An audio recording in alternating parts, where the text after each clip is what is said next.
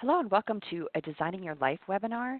We offered this last week to students and faculty and staff, but I know a lot of you were not able to attend, so we thought we would re-offer it in a format that might work for you in a time and place, so you can view this at your leisure. I'm Danielle Lake. I'm the Director of Design Thinking here at Elon and a faculty member. My background is actually in philosophy. I did an undergraduate degree in what was called the Examined Life, which is an interdisciplinary self-design degree looking at how and why we live the lives we do and what it all might mean to us. And then I did a PhD in the field of wicked problems and design thinking, American philosophy, looking at what it is about our lives that a lot of our situations tend to turn into crises and cause a lot of suffering instead of sort of easing that suffering and living into the lives we want. So I'm really excited to have the chance to offer this webinar to you.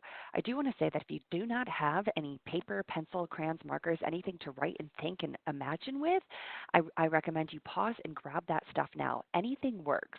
We can also send you a toolkit for this, but honestly, a blank piece of paper and a pencil work just fine as well. Before we get fully into your workshopping time, I want to say a little bit about our center. We exist above Pandora's Pies in the downtown center at Elon. We are connected to the Maker Hub. In fact, what looks like a closet in the back of our space is actually our connection to the Maker Hub. So you come around the corner from Pandora's Pies, go up an elevator or stairs. We're on the third floor, and we would welcome you anytime. We have Student Catalyst here to support any of your design activities, whether it is something for a class, something for your professional life, or something personally.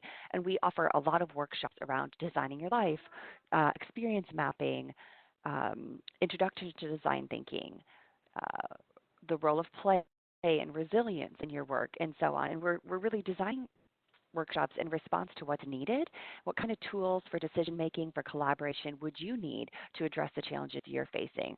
As a center, what we're interested in is ensuring the Elon community, including students, staff, faculty, alumni, and community partners, have the ability to respond to the problems that you're facing in life, that we're building your capacities for addressing what you see as valuable to you.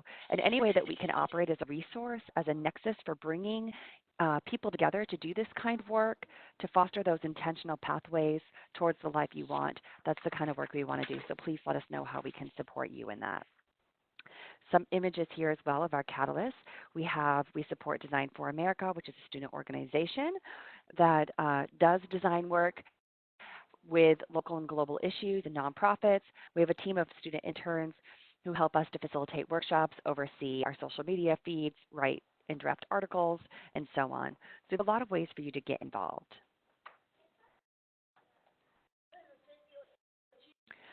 We have workshops that we offer for students, for classes, for faculty and staff, but also for student organizations, as well as community partner organizations. So let us know what you need, and we're happy to support and again, help you design project tools that meet you where you're at. Some images of people getting involved here in the center as well. We talk about design thinking as a process, a method, and over time a mindset. So it's a process for figuring out what we should do with ourselves in a situation that we're confronting under the context, the constraints of now, but also methods for helping us innovate in that situation. Studies show that we as humans often leap to assumptions. We try to blame others for our problems. We try to avoid the problem.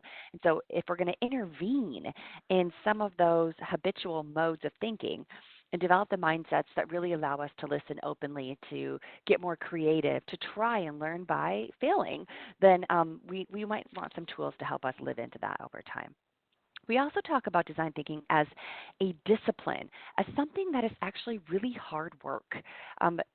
This process isn't something where we just snap our fingers one morning and come, and solve life's wicked problems. Rather, the finding out what the problem even is, how it's related to other problems, how others see that problem, and how it's worth solving or not, where to invest our energy, is really, really hard. And it's also really hard to create not just imagined future realities of what others should do about it, but viable responses of what we're going to do to fix this situation. So we talk about viable offerings. Creativity here is very practically grounded in the world. What can we do with our own resources and capacities to move towards these radical visions of a new way of living and being in the world? So this process exists in a lot of different spaces. A lot of people have been supporting something like design thinking with different unique processes from across higher education, but also in nonprofits, in government, in big business. And they all have their own unique models and approaches that have some similarities and overlap, but that emphasize different parts of the process. And at Elon, we've designed our own model for how we see this work. While most of these frameworks begin with the word empathize or empathy, we begin with the word frame. And the point here is that we need to come to see how we experience certain situations, why we see them as we do, and how we feel about them. A lot of times, how I see something is actually not explicit and at the forefront of my mind. It's an unconscious habit of how I see the world because I've lived this way my entire life, because I only have this frame of reference and this body to be in. And so framing is really about empathizing with ourselves and coming to awareness about how I'm experiencing the situation, how I'm seeing it, so that I can be more aware of and share that perspective with others. So we want to start here. And from that frame, when we're more self aware, we can then explore the frames of others. How do others see the situation? How are they experiencing this, and how might that reshape my frame or expand my point of view? So, framing and exploring are two steps along the way. But from there, once we come to more holistically see the complexities, the situation, we get opportunities to generate a response on what we want to do about that problem, what we want to do about the situation, right? How could we live into this differently than we currently are? What options are in front of me, even under very serious constraints of the current reality? And then what are we going to do about it? That's the next stage, prototype. What could we do to learn, to grow, to try something different that might work, that might serve all of our needs better than what we're currently doing? And that final stage of cultivation. How could we flexibly, tenaciously learn from what we're doing and continue to live into the realities we want to be a part of? Uh, and while that all sounds like it's this linear step by step process of living into who we want to be, the real truth of this work is that black squiggly line you see there in the center. It's the hard slog of framing and reframing, generating an idea, trying it, figuring out it doesn't work, going to explore something new with others. If we're going to cultivate innovation, solutions, lives that we want to live, that's what it really feels like, right? But why we're here today then is to think about how we can use these practices in our lives now to design the life under these very serious constraints, under radically new circumstances that we want to live into. What could our summer look like now? What about our current semester? How can we still live into who we want to be? So that's that first stage, that framing. If we took a step back and did a life scan, what would we see about ourselves? What frames would come to our awareness about how we want to live and how we might want to live differently? Studies show we have tens of thousands of thoughts in a day, maybe anywhere up to 70,000 thoughts, right? That's amazing. But the truth is, 95% of those thoughts are repeated every single day, right? We think and feel and do over and over again the very same thing. So if we're going to crack open new ways, we need to frame. So, what I want you to do here is think about your life along four frames. We've got work, play, love, and health. And if you put four gauges or rectangles onto a piece of paper, I would want you to fill those gauges as full as you feel about that obligation, about that part of your life. So, for instance, by work here, we simply mean anything you feel obligated to do. Whether you want to or not, you feel like you kind of have to. So, work very wholly includes life chores, right? Caring for kids, that's all work. Play is anything you do for the sake of it. Whether you have to or not, you're doing it because it's fun, it brings you joy. By love, we mean any kind of love: romantic, love for ourselves, love for humanity, love for the world, love for nature, right? And by health, we mean your health in a very holistic way, your mental, emotional, social health, sleeping, everything. So pause this video, think about these four dimensions of your life, and I want you to fill that bar as full as you're feeling about your obligations, about your sense of play, about love, and about your health. And then make some comments. Why are you feeling the bar as full as you are or not? So for me, I was struggling with work for a couple of weeks because I just wasn't sure how to be helpful instead of a pain, instead of a burden on others. In this new circumstance, what does work look like for me and how do I adjust?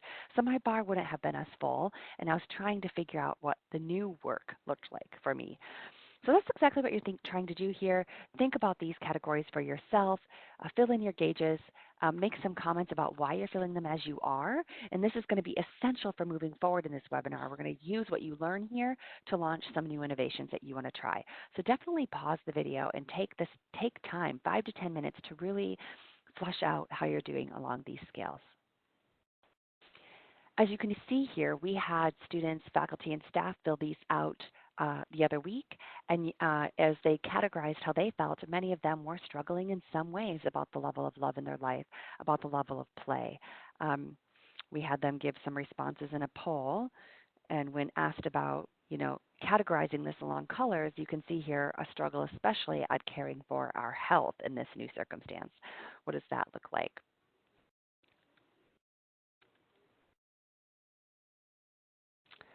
So one of the key things here is to think about an opportunity for change or improvement. As they filled these out, they recognized that they could wake up earlier, that they could instill more motivation into their lives, do more yoga, foster friendships in a different way with other people across different kinds of technology, prepare their meals in advance, and so on. And so ideas by just filling that out came to their mind. So I'm going to pause on that and throw a few resources your way that you might want to listen to later on or pull up and read about. So one is on the longest study that's really ever been done, at least in modern sort of Western culture here, on humans. What leads to a long, healthy, happy life? This study began in the 1930s out of Harvard. They were comparing second-year students to students living in the surrounding neighborhood, and they were tracking them over the course of their entire lives. And they've been tracking their descendants since then as well. Every 2 years, they were interviewing them, conducting health assessments, surveying them, and so on, trying to figure out what the differences are between different kinds of lives. And they were really only able to find one core difference, and that is that those who had deep, beautiful, sustaining relationships that were healthy tended to live longer. They tended to be happier. Their brain functioning was higher. Um, their body functioning was different, right? And so this idea that loneliness kills, it's toxic. It makes us less happy. It increases our health struggles. Our brain declines earlier, and we tend to actually die earlier across all of these lives over the past 90 years. That is the one consistent finding they came across. So it's a really interesting study. I'd encourage you to take a minute to look at that TED Talk if you're interested. I also wanted to point you to some research on resilience as I looked at wicked problems and large-scale systemic crises and massive amounts of suffering. What do we find when we look at communities that do have resilience versus those that don't? We find some core things. Resilient communities tend to have shared memories of how they got to the moment they're in, right? So at this moment, COVID-19, how did we get here and why? If we can generate some shared memories about how we can move forward together, why we're here, if we can foster a sense of trust across our divisions, that's really, really powerful. Having a vision about how we want to move forward together is also essential. Having leadership and the ability to learn and adapt from what's happening are all shown to be really critical for fostering a sense of resilience as a community. On an individual level, the same thing holds true, but it's also really important to recognize that life is inherently uncertain, that we are all always inevitably vulnerable and dependent on each other at some stage in our life. And in any way we can, to see struggle and setback as an opportunity for growth and learning also tends to feed into a sense of resiliency over time. We need to move from a focus on competition then towards cooperation, move away from avoiding or isolating or mistrusting others who are different towards finding ways to understand each other. This maps on, as I've done this work, onto the design thinking process. We can foster resilience by framing how we see things and why and exploring them with others. We're generating shared memories and trust. I've noticed we're also, by generating ideas on how to move forward together, creating shared visions, fostering leadership. By prototyping, we're adaptively learning and trying to cultivate the life we want. What's also been fascinating to me is the Act Belong model here at Elon. That model maps very well onto these same kinds of practices. It asks us to consider what are we doing, to remember that living and learning is an embodied process. So, I mean, on an even small scale, studies show that getting uh, to move around, walking can increase your creativity by 60%, right? We are embodied creatures. So, what are we doing, physically doing in our lives to embody what we want to do? How is what we're doing giving us energy? How is it draining you? So pausing here at this slide to think that through, like literally, what am I doing every day in my life? How is what I'm doing giving me what I want? And how can I do more of that? On that second scale, belonging, this is also really essential. If you look back to that longest study we were just talking about, who in your everyday life do you feel good being with? Where do you feel like you belong? And how can you bring that energy more into your life? And how can you still bring those people into your life despite these divides, right? What opportunities are you for that? Here, for me as well, this encouraged me to think about how I belong to the world more holistically, how I am like literally an animal creature in this world, a part of nature, and that I belong there. And there's a sense of community in nature, maybe, for some of us. And then that last piece of the Act Belong Commit model, committing. What do you want to commit to? Where do your passions lie? How can you pull yourself back to that motivation, that intrinsic drive that you have about what you care about in this world? And how can you devote more of yourself to that? So, Act Belong Commit, pausing here and thinking this through should open up powerful opportunities that we're going to mind map in a minute. Also, can't help it, noticing that Act Belong Commit maps very well onto framing, exploring, generating opportunities for what you want to do, and then trying them out and cultivating who you want to be. All right. Last thing I'll say here is that intrinsic motivation, research on that shows we have to have the attitude towards wanting to do this work. We have to feel included. We have to feel like we're competent, like we can do something, and we need to feel like the work we're doing is meaningful. If we don't have those frames, we tend to lack the motivation to move forward. So figuring out where your meaning lies and how you're competent to move forward and doing this work with others you care about, all really essential. All right, so it's your turn. I want you to take that opportunity that came to your mind when you were looking at your gauges and your life map as you were exploring the research on these issues, and I want you to put one of those opportunities in the center of a blank piece of paper. And all we're going to do is do word association. We're going to allow what's bubbling underneath the conscious level to emerge. We're going to think of what other tools come to our mind. And mind mapping is simply a tool for brainstorming with yourself, right? With your unconscious self. So again, put the topic in the center and start to generate all of the ideas that come to your mind about how you can address that issue. And you're going to repeat this, and you're just going to keep thinking about opportunities. So for me, I wanted to think about how I could bring play back into learning for my kids and for myself. How could we make this more playful? What opportunities are there for that? How do we learn to read in a more playful way and sort of cutting up words, making games out of them and stuff was the activity from this morning. But I just keep thinking of ideas that come to my mind, and you eventually create a very messy paper that starts to spark new ways of living, new opportunities for intervening, for doing the kind of work you want. So again, these are tools for innovating on your own. Especially valuable to look towards the periphery of your map as you flesh it out and make combinations of things to come up with new ways to try life, to prototype. So again, pause here and think that through.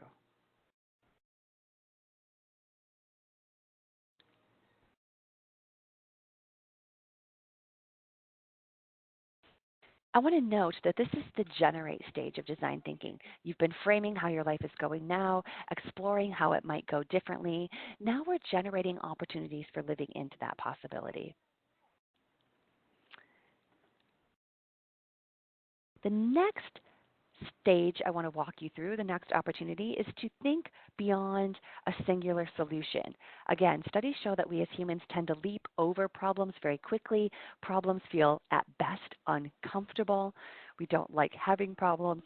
We would like to fix them if we can. So we might decide to make excuses about those problems or to blame others for them and tell them to go fix them. We might also try to leap into a solution before we've really thought it through, as if there's only one solution for us or one life for us to lead. And this 3 by 3 activity is about bursting past that. Studies show there's many ways for us to live into a good life, to be who we want to be, and to try new things we want to try. I've got this novel here by Tolstoy up because it's a really short, sad novel about doing everything you're supposed to do in life, living that one life that everyone tells us will be great, and only coming to the realization at the end of it as he's about to die that none of that made him happy. And it's all too late now. So this is about avoiding that, right? We have the current reality we do. There are constraints we can't get rid of. But how could we still design 3 different versions of really the next 3 months? Even in confinement, what could that look like? So, an example for me, right? In the first one, the obvious is that I continue to do my work as a director and maybe I continue to fix up that old home. Maybe a fun alternative version of the next 3 months is that I really get out there and I do that activist philosophy and nature thing with my kids and we live a different kind of life than the one we're normally constrained by when we're in these institutional structures. And what would be that challenging or scary future? And maybe that's me taking on the care for my elderly parents, something like that. But the goal here is to think of 3 radically different possible futures, or 5 if you want. Go big and go beyond the obvious. Write that obvious future down first because it's going to come to your mind. It's the straight and narrow path, right?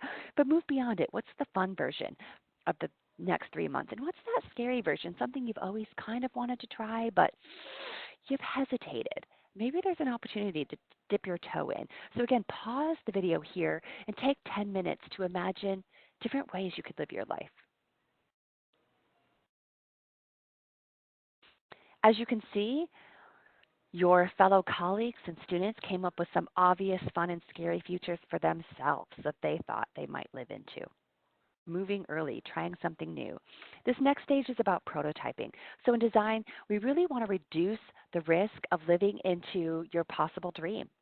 We want to expose the assumptions as well. Again, one of my sadnesses as a professor for over 10 years is when students don't get the dream they want, but even when they do, and that dream becomes a scary nightmare, right? You land the dream job, but it's not what you thought it would be. So prototypes are about exposing those assumptions that that dream is something you really want, and exploring. They're also about exploring ideas before you commit everything you have to them. This means a good prototype is going to be cheap, quick, and easy. So, what I want you to do is look at your 3 possible future selves, future lives, future 3 months, and choose something you want to learn more about. We're going to think about how you can prototype that before you devote everything you have to it, sort of quit your job and run away, right? Um, find one thing you want to learn more about. So, examples here somebody who wants to, at this point, help reform our public policy, engage in gardening, right? Produce movies or write a book. What is something you want to do, and how might you prototype that by sharing it with others? How might you learn from others? Ask them to share their stories of how they're doing it, or get ideas about how you can take a step in that direction. Again, we tend to think we're more creative alone, but we're actually more creative in collaboration with those we care about and with those who are different from us. So seeking out their ideas is really important.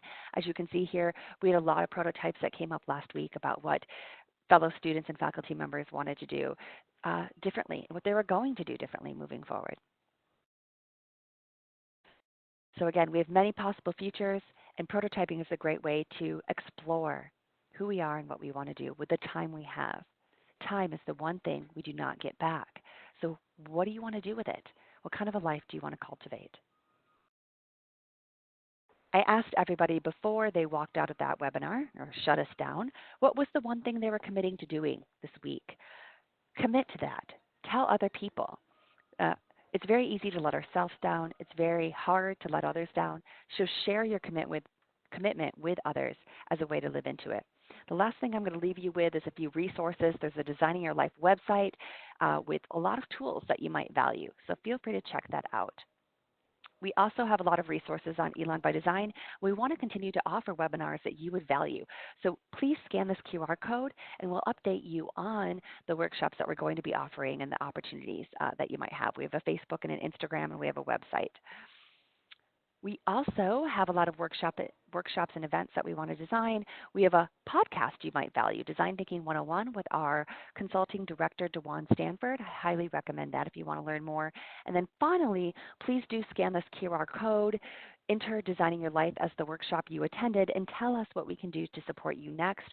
We need your feedback so that I can have a work-play life balance that works for me, and I really do want I want to fulfill that mission of providing resources that are really valuable in this time.